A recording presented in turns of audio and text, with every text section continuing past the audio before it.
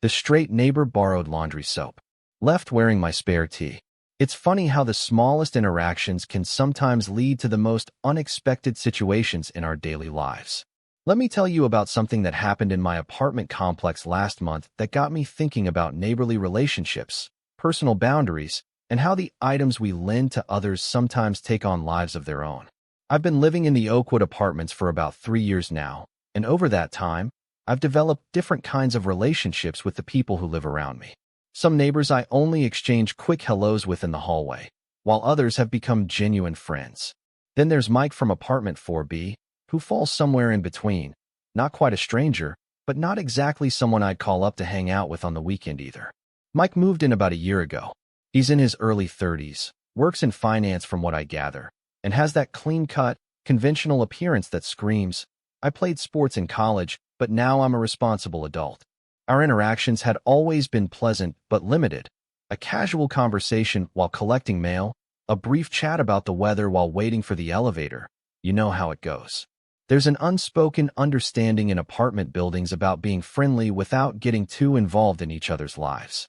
We respect each other's space while also acknowledging that we share walls, hallways, and sometimes, as I would soon discover, household items. Let me explain the context of borrowing and lending in our building. It's something that happens organically in places where people live in close proximity. The community bulletin board in our lobby has seen everything from requests to borrow a cup of sugar to offers to share Netflix passwords. I've lent books, kitchen gadgets, and even my toolkit to various neighbors over the years. There's something nice about these small acts of communal sharing. They make a big city feel a little more like a village. But I never expected that lending laundry soap would lead to such an interesting development in my relationship with Mike. It all started on a Sunday afternoon.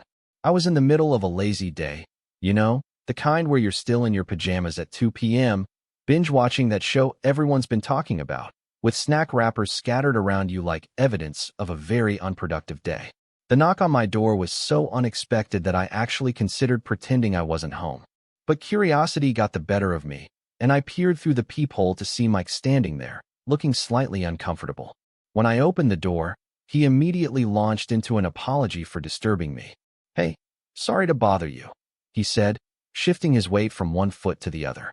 "I'm in the middle of doing laundry and just realized I'm completely out of detergent. The store's a 15-minute walk, and I've already started the washer cycle. Any chance I could borrow some laundry soap? I'll replace it tomorrow, I promise." Now, my initial reaction was a mix of mild annoyance at having my lazy Sunday interrupted and the social obligation to help a neighbor in need. But there was also something endearing about seeing this usually put-together guy looking so flustered over something as mundane as laundry detergent. I remember thinking that these are the moments that humanize us to each other, when we have to admit we're unprepared and ask for help with everyday problems. "Sure, no problem," I told him, stepping back to let him in while I went to grab the detergent from my laundry closet. We've all been there.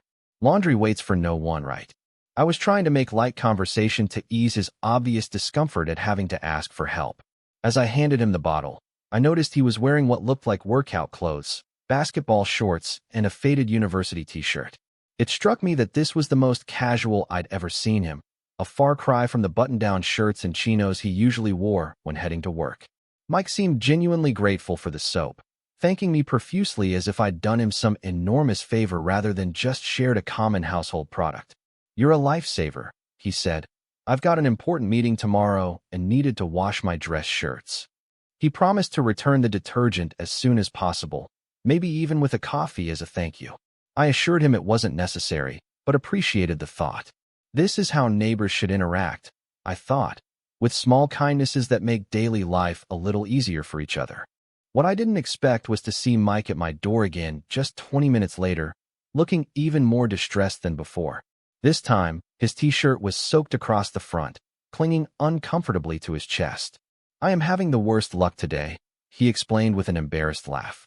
"The washing machine in the laundry room started leaking, and I got soaked trying to stop it. I called maintenance, but they won't be here for another hour, and I'm freezing in this wet shirt. I hate to ask, but could I possibly borrow a t-shirt? I'd go to my apartment, but I locked myself out when I ran down to check on the laundry. My keys are inside." Now this request felt different from borrowing laundry soap. Clothing is personal in a way that detergent isn't. There's something intimate about wearing someone else's clothes against your skin. But looking at Mike standing there, shivering slightly in his wet shirt, it seemed ridiculous to refuse such a simple request based on some vague feeling of boundary crossing. Besides, it was just a t-shirt, not exactly a significant imposition. Of course, I said, stepping back to let him in again. Let me find something that might fit you. I headed to my bedroom, mentally cataloging which of my t-shirts might be suitable to lend to a straight male neighbor. I wanted something neutral, something that wouldn't make him uncomfortable or make the situation weirder than it needed to be. But as anyone who knows me can attest, my wardrobe isn't exactly filled with plain, unadorned clothing.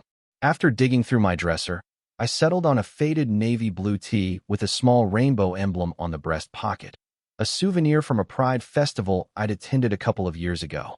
It wasn't overtly flamboyant, but it wasn't exactly something you'd find in the men's department at a conventional department store either.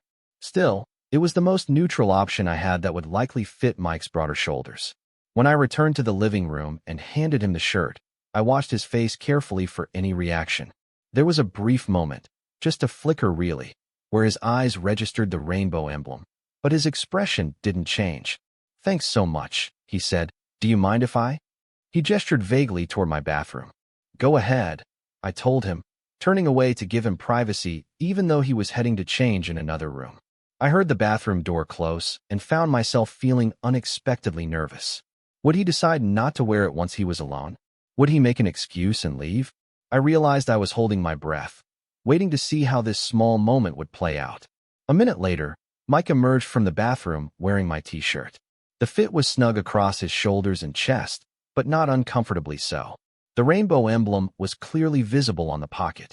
"Thanks again," he said, handing me his wet shirt. "Is it okay if I leave this here to dry? I can pick it up later when maintenance lets me back into my apartment." "No problem," I replied, trying to sound casual while still processing my surprise that he'd put on the shirt without comment. "It looks good on you." The words slipped out before I could stop them, and I immediately wondered if I'd made things awkward. But Mike just laughed and looked down at himself. "It's a nice shirt. Soft. Where's it from?" he asked, seemingly comfortable with the situation. "Pride Festival a couple years back," I said honestly, deciding not to downplay it. If he was going to be weird about it, better to know now. Mike nodded. "Cool. I've never been to one. Heard they're fun though." And that was it. No discomfort, no awkward backpedaling, just simple acknowledgement. I felt a surprising wave of respect for him in that moment. We chatted for a few more minutes about the unreliability of the building's laundry facilities, and then Mike headed down to wait for maintenance, wearing my Pride shirt as casually as if it were his own. I watched him walk down the hallway, the rainbow emblem visible on his back, and found myself smiling at the unexpected turn of events. What happened next was even more surprising. Later that afternoon, I ran into our neighbor Sarah from across the hall as I was taking out the trash. "I saw Mike helping the maintenance guy with the washing machine earlier," she mentioned. "I didn't know you two were friends." There was a questioning lilt to her voice, and I realized she had recognized my shirt on him. "We're not really," I explained. "He just needed to borrow some things." I gave her the abbreviated version of the laundry soap saga, which she found highly amusing. "Well, he seemed completely at ease wearing your shirt," she observed. "Not all straight guys would be so comfortable in a Pride tee. Maybe he's cooler than he looks." This comment stuck with me because it highlighted something I hadn't fully processed, the casual confidence with which Mike had worn something that some men might have found threatening to their carefully constructed image of masculinity. Over the next few days, I found myself thinking about the incident more than I expected to. I hadn't seen Mike since he'd borrowed the shirt, and I wondered if he was avoiding me out of embarrassment or if our paths simply hadn't crossed. Then, on Thursday evening, there was another knock at my door. It was Mike, holding a neatly folded t-shirt and a new bottle of laundry detergent. "Returning your things," he said with a smile. "Thanks again for saving me the other day."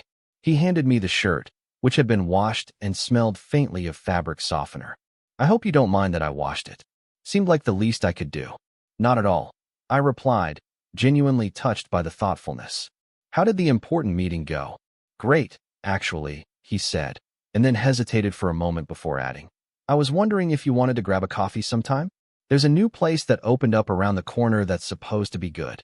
I was surprised by the invitation, not because it was unwelcome, but because it represented a shift in our neighborly dynamic. We'd gone from casual hallway greetings to borrowing personal items to potentially becoming friends who meet for coffee, all because of laundry soap and a t-shirt. "I'd like that," I told him, and we exchanged phone numbers to set something up. As I closed the door after Mike left, I found myself reflecting on the nature of community and connection. There's something powerful about the act of borrowing and lending that creates bonds between people. When we lend something to someone, we're extending a small piece of trust. When we borrow something, we're acknowledging a need and accepting help. These exchanges, though seemingly trivial, form the foundation of community relationships. The t-shirt situation also got me thinking about gender norms and clothing choices. Why had I assumed Mike might be uncomfortable wearing a pride shirt? Was I projecting my own expectations onto him based on assumptions about straight male identity? And why had it felt significant when he wore it without hesitation? Perhaps because in that small act, he had demonstrated an openness that challenged my preconceptions. The following week, Mike and I did meet for coffee at the new place around the corner. The conversation flowed more easily than I expected, ranging from complaints about the building's perpetually broken elevator to our respective career paths and favorite travel destinations. At one point, he mentioned the t-shirt again. "You know, I got some interesting reactions wearing your shirt that day," he said with a hint of amusement in his voice. The maintenance guy definitely did a double take, and Mrs. Rodriguez from 2A gave me a thumbs up in the elevator. I laughed, trying to picture these scenes. "Was that weird for you?" I asked, genuinely curious. Mike considered the question for a moment. "Not really," he finally said. "I mean, it's just clothing, right? It's not like wearing a shirt with a rainbow on it changes who I am. If anything, it was kind of interesting to experience people making assumptions about me based on what I was wearing. Probably happens to you all the time, but it was new for me." There was something refreshingly self-aware about his response that made me see Mike in a new light. He wasn't just the conventional-looking finance guy from 4B anymore. He was someone capable of thoughtfulness and nuance, someone who could step outside his usual experience and reflect on it with insight. Our coffee meetup turned into a regular thing. Sometimes at the cafe, sometimes just hanging out in one of our apartments watching a game or a movie. A friendship developed that might never have happened if not for that initial borrowing of laundry soap. About a month after the t-shirt incident, I was at Mike's place watching a basketball playoff game when I noticed something familiar in his laundry basket.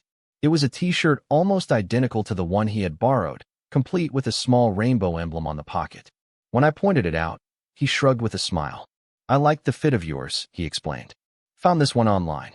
It's comfortable, and I figured, why not support a good cause?" In that moment, I realized how much our small interaction had evolved into something meaningful. What started as a simple act of lending had created a connection that allowed both of us to see beyond our initial impressions of each other. The straight neighbor who borrowed laundry soap and left wearing my spare tee had become a friend who challenged my assumptions and expanded my understanding of how people can surprise you. Looking back, I'm grateful for that Sunday afternoon interruption to my lazy day. It reminds me that community is built through these small moments of need and generosity, that people are always more complex than the labels we assign them, and that sometimes the most unexpected connections arise from the most ordinary circumstances. The t-shirt continues to make appearances in our friendship, now an inside joke and a symbol of how we first connected. When other neighbors see us hanging out together, they sometimes express surprise at our unlikely friendship. We just smile and say it all started with laundry soap. The full story, with all its subtle revelations about identity, assumptions, and connection, remains mostly between us. A reminder that the boundaries we imagine between ourselves and others are often more permeable than we think. As I've gotten to know Mike better over these past few months, I've come to appreciate how friendships that cross perceived boundaries enrich our lives. They challenge our preconceptions and remind us that human connection often happens in unexpected ways and with unexpected people. All it takes sometimes is a small act of kindness, or a borrowed t-shirt, to open the door to understanding. Total_char_count, 18,127.